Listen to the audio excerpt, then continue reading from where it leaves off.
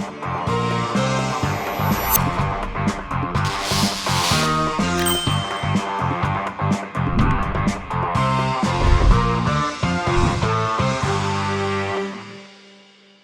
everybody, welcome to the ReCoop. I'm Cooper Daniels, and today I'm talking about Algorand. Let's get into it. First off, how are you doing? What's going on? It's been a while since I've been in this format. It's about time. There's some things that we need to talk about. But if you felt like I've disappeared, I haven't, folks. I have not disappeared. I am live every morning at 9 a.m. Eastern, 6 a.m. Pacific Standard Time on YouTube. I'm talking about all your daily crypto news, macro news. We're talking about the markets. We're following all of the most important stories.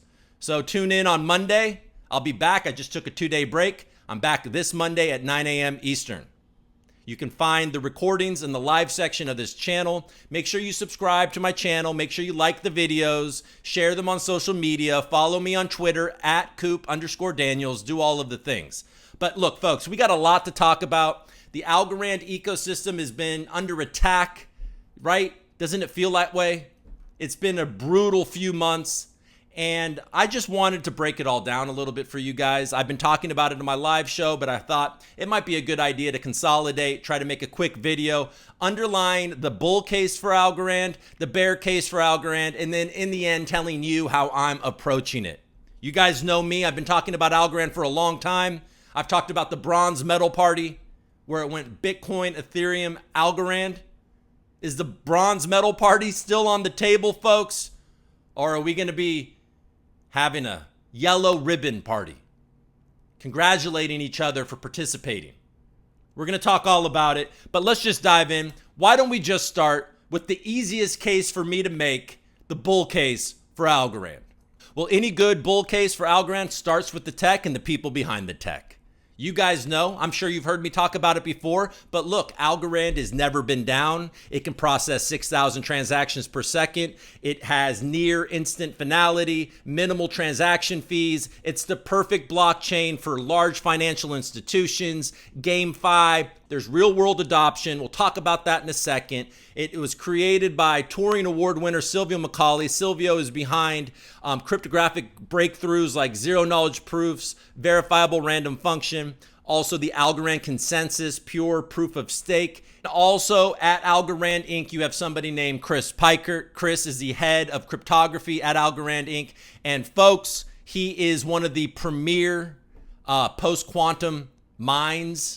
Last but not least, of the few people I'm going to be highlighting today, you got John Woods, who is not at AlgoRand Inc. He is at the AlgoRANT Foundation. He had a successful run at Cardano, previously at Consensus, and now he's the CTO of the AlgoRANT Foundation. He is making the developer experience much better on AlgoRANT and also decentralizing the relay nodes, all of that. John is John has just a tremendous amount of charisma and chops. So those real world use cases, you have cool projects like AgroToken. AgroToken is helping farmers. Farmers can take their stored grains and tokenize them. So if they have 1 ton of grain in storage, they can tokenize that grain and get 1 AgroToken. So 1 AgroToken represents 1 ton of grain that they have stored, and then they can use that AgroToken to swap it for fuel or machinery or whatever, or they can use those AgroTokens as collateral to take out loans. It gives these farmers so much more flexibility. It's a real world use case that is super exciting. You also have a project called TravelX. TravelX is creating airline tickets, NFT airline tickets, allowing for airline tickets for the first time to be traded on a secondary, where you can easily transfer ownership to somebody else, creating a whole market, creating more efficiency in the airline ticket world.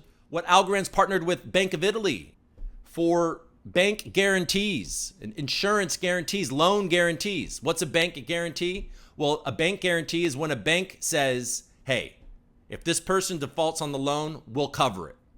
There's a lot of fraud in bank guarantees, and putting it on the blockchain should eliminate some of that. This is a massive scale. Italy is a large country. They're using the Algorand blockchain on a large scale. I think that it's the first country in the EU to use blockchain technology for their loan guarantees. It's exciting, folks. I could keep on going. There's a lot of real world partnerships that get people excited. Actually proving out the case that blockchain can make things better, and it's not just a thing for speculation and bullshit, frankly. And then there's just like the things that, elite teams that are building on Algorand, like Hippo Labs or Folks Finance. You have incredible NFT artists like Stitch and Blockrunner and Jenna and Jorge and Ventral and Hands, and just on and on and on. So much talent in the NFT ecosystem. It's a DeFi that is actually usable. I see people paying 15 ETH for 90 billion Pepe. The gas fees on ETH, all of these things. You can actually buy things. You can make mistakes in DeFi. You can buy something you shouldn't. You can sell it immediately, and then you're not getting hit by fees. There's so much that we could talk about when it comes to Algorand and it being bullish, right? There is the infrastructure for good DeFi. There is some really exciting games being built like Fractal Monsters, and we can go on and on. Age Your Tactics and Cosmic Champs, and it goes on and on, folks. There's a lot of good stuff happening. So there's reason to be excited about Algorand. All right. Are you guys excited? All right. If you're excited and you don't want to watch anymore, this is your time to turn off the video. All right, guys. So what's the bear case for Algorand? Well, there's the greatest hits, folks. We got some greatest hits of the bear case, right? The easy stuff. Bad marketing. Accelerated vesting, which is over now, but killed all early momentum in a lot of people's eyes. A bunch of misguided grants, by the Algorand Foundation. This feeling that every time the price gets any kind of momentum, that the Algorand Foundation sells tokens to fund operations. And it's just a endless selling pressure, and we're not able to generate enough hype to combat that outside of a bull market for sure. Those are the things that a lot of people have said for a long time. And then you have more recent specific events like losing $35 million at HODLNOT. HODLNOT is like a Singapore venture where inexplicably that $35 million was a large portion of their money. It was an interesting decision, and there's a lot of questions surrounding the person that is in charge of the treasury at the Algorand Foundation, Ryan Terabellini. He has at least questions about his past, and that seems like not a great judgment call. People ask questions about Ryan Terabellini. And of course, most recently, there was the hack of the only real web wallet that the Algorand ecosystem has, MyAlgo. It's been a long, drawn-out process. The attacker clearly knows a lot about the Algorand ecosystem, and I have talked about it in the past. It seemed like a targeted attack to damage Algorand, and in so many ways, it seems like it is successful. It's been going on and on and on. They're rekeying NFT accounts. They're doing all types of things, draining pointless small accounts, just really trying to hit the confidence of Algorand. We recently figured out how it happened. They did an investigation. They said, MyAlgo said that the attackers abused the CDN to inject malicious code through a man-in-the-middle attack between the actual myalgo.com web app and the user. The attack was carried out using a potentially compromised CDN API key. And then it's unclear how the CDN API key was obtained. No evidence of exploitation or vulnerability was found in the MyAlgo code base. No evidence that the CDN user account was compromised. And strangely, the CDN audit logs do not show any evidence of a key ever being created that could have enabled this attack. It's weird. And so that discovery on how it happened posed a lot more questions maybe than there was answers. There's a lot of questions. Was this an inside job? But then there's also, there's been some hacks in other ecosystems. It's just nobody knows. There's a lot of uncertainty and it's causing a lot of problems. And then coming on the heels of that news, the team behind MyAlgo, which is called Rand Labs, they also are discontinuing their API service, in which they, they created Algo Explorer, which is an explorer for the Algorand blockchain, but they also run nodes. They just tweeted, "We regret to inform you that our API service will be discontinued on June 15th. We understand that many of you rely on this service and apologize for any inconvenience." And then John Woods tweeted, "We've been working with Rand Labs to identify options for users to migrate from their API. The ecosystem has lots of great options, including Algo Node, Blockdaemon, Pure Stake, etc. More to come from the DevRel team. We'd be happy to work with you to help you move." And then our buddy Chris Swenner, he tweeted to let everybody know, Algo Explorer isn't just a site you go to see the transactions on chain. It also runs Algo nodes that several Algorand apps use. It is how they submit your transactions to the blockchain. You might remember about a year ago, Algo Explorer went down and most applications also went down with it. Many apps are built on the back of Algo Explorer and they've done a great job, but it's not doom and gloom. Algo Node is still around and they're amazing. Humble has defaulted to them for a long time. Pure Stake is still around. And then there's also on the Explorer side, there's Algo Scan. All right, so that's that. That's a bit of news this week. And frankly, folks, there's a lot of smoke around Rand Labs. Rand Labs and the people behind Rand Labs, Michel Dada and Pablo Yabo, and also the founder and CEO of Borderless Capital, David Garcia, are being sued for $10 million from CoinFabric, a man named Sebastian Wayne, which is behind a company called CoinFabric. He alleges that they stole and kicked him out of the Algorand opportunity. They stole MyAlgo, the tech which was developed under CoinFabric with Pablo and Sebastian. I'm not going to get into the details of this lawsuit, folks, but there is something very important that has happened recently with this lawsuit, is that David Garcia and Pablo Yabo and team, they've all been trying to get this dismissed. They say all of this happened in Argentina, not in Florida, but the judge just rejected that. And now all of this is going to court. Steve Kokinos, the former CEO of AlgoRANT Inc., is going to be deposed. Silvio Macaulay, the creator, founder of all this, is going to be deposed, have to give depositions. And the topics that they're going to be looking at is everything. All payments made or contemplated by Algorand in relation to any work performed or to be performed by CoinFabric, Rand Labs, Borderless Capital, David Garcia, Pablo Yabo, or Michel Dada. All payments by Algorand to CoinFabric. All payments, remunerations, and distributions to Rand Labs LLC, and DGPY. And Borderless Capital and CoinFabric. And of course, no bear case would be complete without Algorand being highlighted so significantly in the SEC's lawsuit against Bittrex. In that lawsuit, they spell out over several paragraphs that they believe Algorand to be a security, the SEC. All of the initiatives of Algorand Foundation, they mention Steve Kokinos by name again. They talk about a lot of different things, folks. And it's basically the lawsuit against Bittrex is that they're an unregistered security exchange.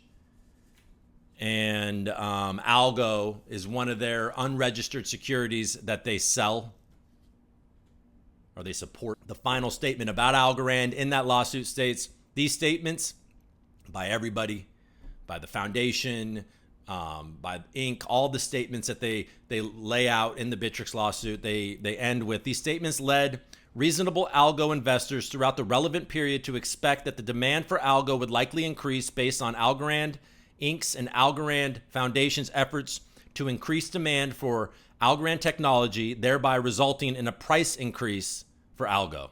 And then, look, overall, low liquidity, not enough users. Many of the transactions on the Algorand blockchain are from a project called Planet Watch, which is a air monitor,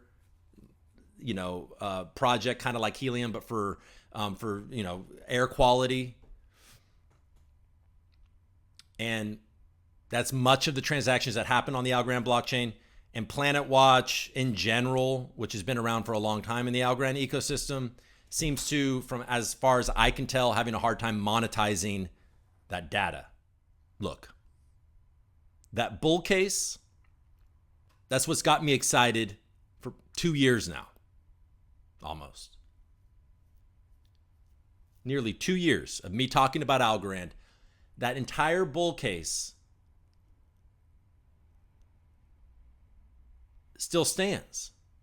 That's why we're all excited about it. A lot of us Algorand community members are a more practical type of person that look at this and think, oh man, all right, Silvio's got this relationship with MIT. He's got this relationship with the SEC director, Gary Gensler. Gary Gensler is on record as saying that it's great technology and touting Silvio McCauley. There's got to be something good there. You know what I mean? I didn't even mention the weirdness of Algorand Foundation partnering with the Clinton Foundation. And it's so odd that her former, Hillary Clinton's former CFO of her campaign, Gary Gensler, comes after Algorand Foundation and Algorand Inc. and Algorand in general, ALGO, shortly after a Clinton Foundation partnership in India. It's odd. I didn't even mention that as real world things as well. Healthcare records in India, partnering with the largest, tech innovation hub in India. There's so many good things that I can mention. Look, there's a lot of uncertainty with the Bittrex complaint and this lawsuit that David Garcia and Pablo Yabo have been working so hard to get dismissed that was not dismissed, and now they're going to have to hand over a lot of information. And what's in that information? And what will that reveal? Because we know, folks, that Borderless Capital and Rand Labs have gotten a lot of support. And I don't know any of the details on if there was anything bad that has happened or anything that wasn't above board. I don't know. You know what I mean? But all I'm saying is that concerns me and it makes me want to mitigate risk. But if you're out there, look, Algorand DeFi is incentivized through governance. We just voted in and they started to implement the XGov, which is expert governors, which is going to hand over more control to the community. Hopefully through these further decentralization measures, through governance, XGov, that Bittrex lawsuit, the relevant period, and then past that relevant period, which we are in right now, shows a more decentralized ecosystem where, a token can go from being transformed from being a security to being a commodity. Hopefully we're entering that period. Hopefully Gary Gensler and his regime won't last, and we'll get more reasonable, good faith regulators. And a lot of this will be in the past. And this is the big shakeout, an opportunity for you to build your long-term position in Algorand. Hopefully all of that plays out. My advice to myself is to be reasonable. But because I'm still enthusiastic about the technology and the people in the ecosystem, I'm sticking with it. But I need to be clear-eyed on the risks and not put all my eggs in one basket. I believe in this industry as a whole. And if you like this video, hit the like button, subscribe, do all the things. All right, everybody. Hey, thank you for watching. I'll see you Monday. And like always, folks, do your homework.